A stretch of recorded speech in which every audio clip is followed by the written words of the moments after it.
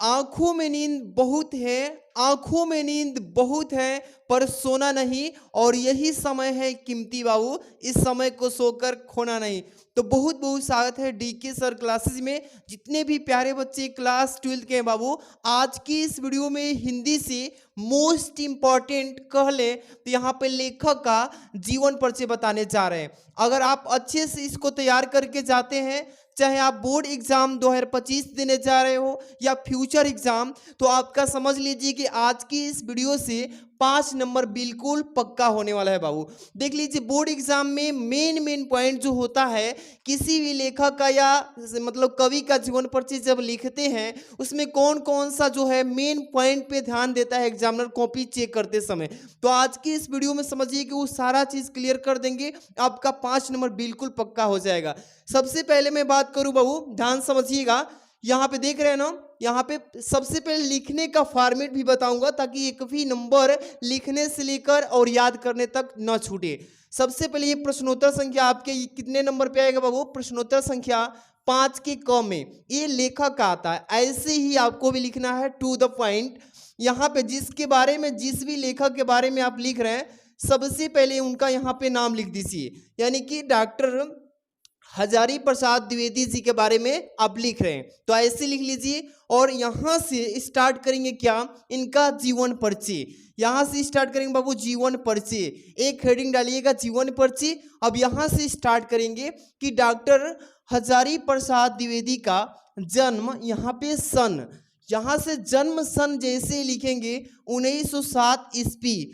आप देखिए 1907 जो है ना, ये मेन पॉइंट है। इसको आप ब्लैक पेन से, डॉट वाली जो पेन आती है उससे यहाँ पे लिखिएगा कि डॉक्टर हजारी प्रसाद द्विवेदी का जन्म सन 1907 ईस्वी को बलिया जिले के दुबे के छपरा ग्राम, यहाँ पे देखिए दुबे के छपरा ग्राम में हुआ था। इसी तरीके से टू द पॉइंट, जिस सन में जन्म हुआ उसको ब्लैक पेन से डालना है, ठीक है। इसके आगे पिता का नाम, इनके पिता का नाम लिख सकते हैं यहाँ पे। पिता का नाम अनमोल द्विवेदी, पिता का नाम क्या था? अनमोल द्विवेदी। माता का नाम जोशीमती था। ये जीवन परिचय में इंपॉर्टेंट रोल होता है, उनके माता और पिता का नाम। इसके बाद द्विवेदी जी, यहाँ पे क्या लिखोगे बाबू?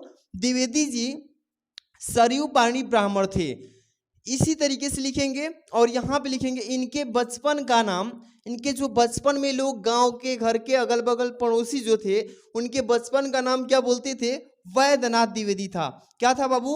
वैद्यनाथ द्विवेदी। अच्छे से तैयार रखना। इसके बाद टू द पॉइंट 18 मई सन 1979 ईस्वी को हिंदी का यह महान पुत्र स्वर्ग में लीन हो गए। इसका मतलब इनका जन्म सन यहाँ पे है 1907 ईस्वी, मृत्यु सन 18 मई सन 1900 यहाँ पे 79। इसी को ब्लैक पेन से आपको केवल लिखना है अच्छे से, ताकि एग्जामिनर जो है कॉपी चेक करेगा ना तो इस पे ध्यान ज़्यादा देता है। अगर आप अच्छे से यहाँ पे लिख लेते हैं तो यहाँ पे 2 नंबर आपका पक्का हो जाएगा।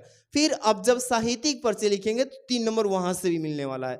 तो चलिए साहित्यिक परिचय कैसे लिखेंगे, एक एक चीज़ हम आपको आराम से समझाएंगे। यहाँ पे हेडिंग डालेंगे बाबू साहित्यिक परिचय। क्या लिखेंगे? साहित्यिक परिचय, इसी तरीके से। और यहाँ पे क्या लिखेंगे कि आचार्य हजारी प्रसाद द्विवेदी जी का, यहाँ पे लिखेंगे कि आचार्य हजारी प्रसाद द्विवेदी जी का यहाँ पे तथा निबंध, सॉरी यहाँ से ना, आचार्य हजारी प्रसाद द्विवेदी जी का हिंदी साहित्य के अंतर्गत आलोचना तथा निबंध के क्षेत्र में अविस्मरणीय योगदान है। अविस्मरणीय का मतलब होता है जिसको भुलाया नहीं जा सकता है, वैसा उन्होंने योगदान दिया है। इसके बाद 1930 ईस्वी, क्या लिखोगे बाबू? 1930 ईस्वी में काशी हिंदू विश्वविद्यालय से ज्योतिषाचार्य, क्या है बाबू? ज्योतिषाचार्य का उपाधि तथा 1949 ईस्वी में लखनऊ विश्वविद्यालय से उन्होंने डीलिटी की उपाधि प्राप्त की। देख रहे हैं ना, अपने जीवन काल में इन्होंने कितना बड़ा बड़ा योगदान किया है। उसी योगदान को हम लोग साहित्यिक परिचय में लिखेंगे, ठीक। इसके बाद अभी कई विभागों के, क्या बताएंगे कि कई विभागों के अध्यक्ष एवं प्रमुख भी इन्होंने रह चुके हैं। तो इसी तरीके से टू द पॉइंट लिखेंगे। इसके ठीक बाद अब आराम से थोड़ा सा आगे चलेंगे, आगे देखेंगे बाबू। यहाँ से अब क्या लिखेंगे, इनकी कृतियां। ज्यादा नहीं लिखना है, टू द पॉइंट लिखना है। किसी भी कवि का या लेखक का लिख रहे हैं तो टू द पॉइंट लिखना है। इसके बाद यहाँ पे कृतियां लिखेंगे बाबू, हेडिंग डाल दीजिएगा।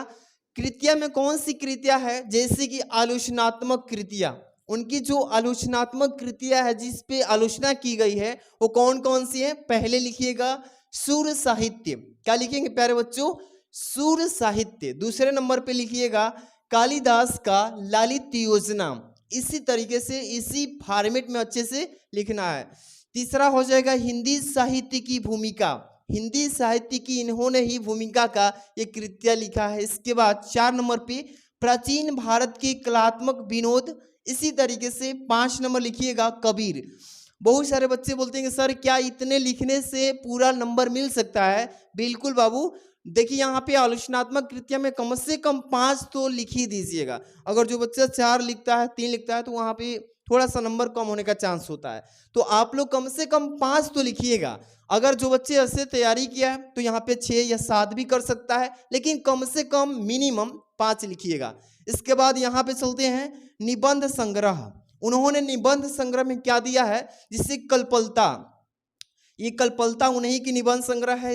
ऐसे ही अशोक के फूल, ये उन्हीं की मतलब कि निबंध संग्रह है। कुटच आदि लिख लीजिएगा। मतलब ऐसे कम से कम 4 से 5 तक आप लिखिएगा, निबंध संग्रह आदि लिख लीजिएगा, कंप्लीट हो जाएगा। इसके बाद उपन्यास, क्या लिखेंगे बाबू, उपन्यास में जैसे कि बाण भट्ट की आत्मकथा, उन्होंने लिखा है उपन्यास में बाण भट्ट की आत्मकथा। इसके बाद अनामा दास का पोथा, ठीक है। इसी तरीके से अब इसके आगे उन्होंने क्या दिया है बाबू, पुनर्नवा, ये चारूचंद लेख, इन्होंने उपन्यास लिखा है। मतलब कम से कम 4 से 5 लिख लीजिएगा, आराम से एक एक नंबर आपका निचोड़ मिल जाएगा। अगर कहीं भी आपको डाउट है तो आप कमेंट बॉक्स कर सकते हैं। आपको मैं पीडीएफ परचेज करना चाहते हैं कि सर मुझे पीडीएफ लेना है, तो आपको किसी भी सब्जेक्ट का पीडीएफ अगर लेना है, परचेज करना है, तो आपको मात्र 49 रुपया में मिल जाएगा बाबू। 49 रुपया में कोई भी पीडीएफ किसी भी सब्जेक्ट का आप ले सकते हैं। अभी ऑफर चल रहा है, इसके लिए मैं अपना नंबर दे रहा हूँ यहाँ पे 630 791 और 2241। इसी नंबर पे आप व्हाट्सअप करके, ठीक है, यहाँ पे व्हाट्सअप करके इसी नंबर से 49 रुपये पे करके स्क्रीनशॉट भेज के आराम से किसी भी सब्जेक्ट का पूरा सिलेबस का आईएमपी नोट्स ले सकते हैं। बिल्कुल आपको अभी ऑफर चल रहा है और अभी भी समय है, बेहतर तैयारी कर सकते हैं।